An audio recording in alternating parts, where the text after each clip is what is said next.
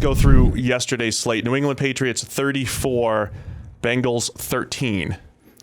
And, the Patriots score 34. Of course, 7 comes on a pick 6.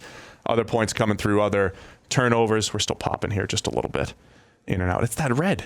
It's the red. It's definitely the red kid. Anyway, the Patriots offense still remains a massive concern.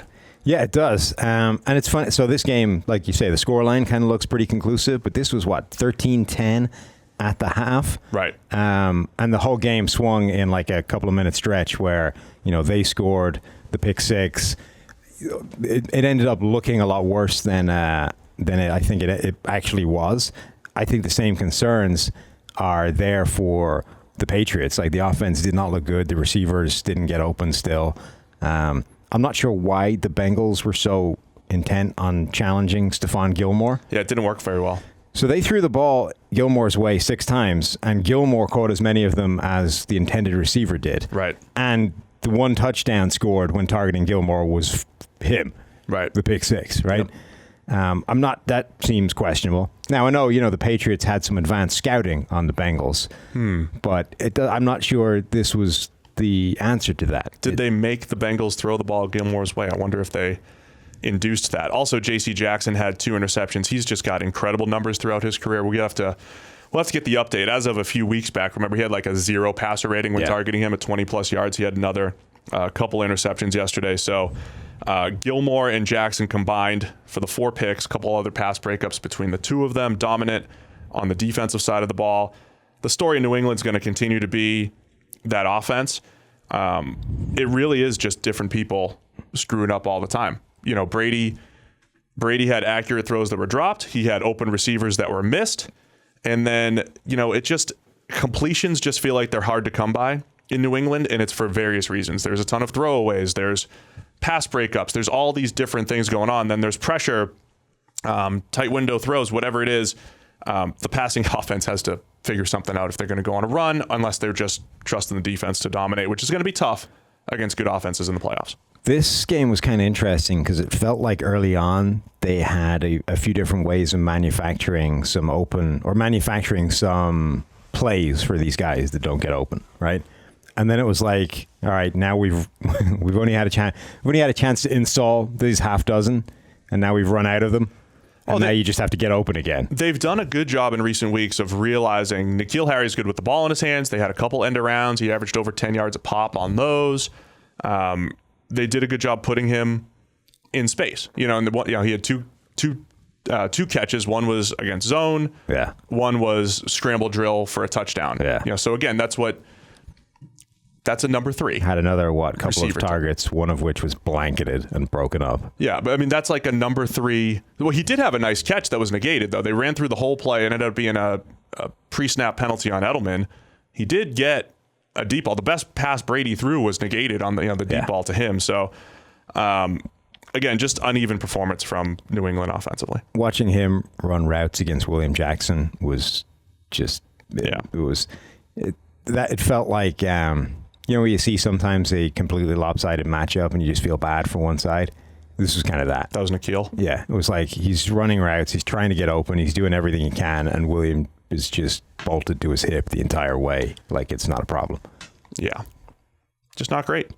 No, and look, so I was having a discussion on Twitter sometime yesterday during the games with, I don't even remember how to pronounce this guy's name, but Dave Damashek, the NFL Network guy. Yeah. Is that how you say it? Big Steelers guy. Right. And he was talking about how this Brady, woe is Brady narrative is a bit overdone, right? And I ended up sort of summing it up. It's a lot like the Cleveland Browns offense, only they're winning, right? Yeah. There are so many problems, and all of them impact the other ones, so that the sum of the issues is greater than the issues themselves. Brady is definitely not what he was, right? So Brady needs a little more help than he has before. The receivers don't get separation. The receivers are the slowest group of receivers in the NFL. The only guy that runs under a 4.5 or ran under a 4.5 is Philip Dorsett, who's just not great, right? Right. So they're slow. They don't get open.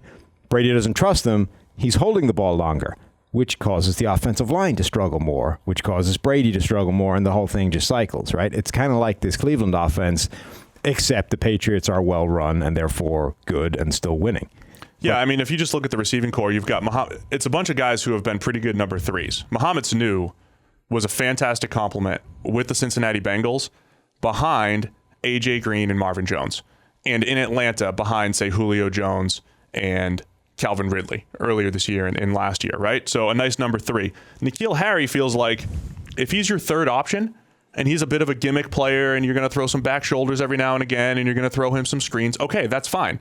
That's another number three. Philip Dorsett's had a lot of success as a number three. When you have Gronk on the field, when you have Edelman on the field, Dorsett runs a couple deep outs, gets open, becomes a red zone threat, and he gets behind the defense every now and again.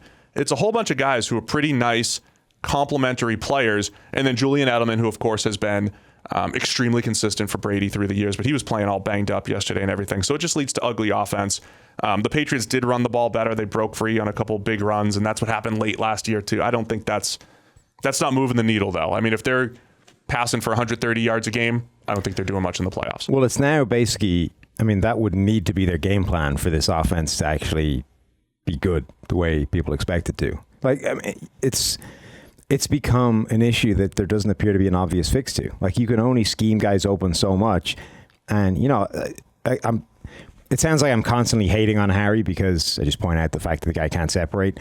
I think he does a lot of things well, but you can't have a bunch of people like that. The problem is all of them are like that. Right. The only guy that can actually separate is Julian Edelman, who teams are just taking away and saying, right, you're not going to pass through Edelman all day. You're going to have to go somewhere else. And right now they can't. Nobody else can get open. So you might be able to scheme N'Keal Harry some plays, the end arounds, the jet motions, all that kind of thing.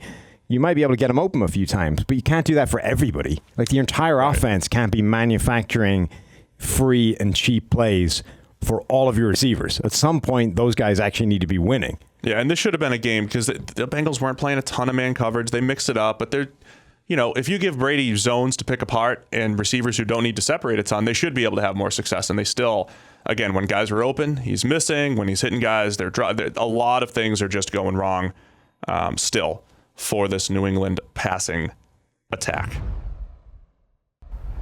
You want to get rid of me and get back to more great PFF YouTube content? All you have to do is push that button right there and subscribe. Thanks for watching.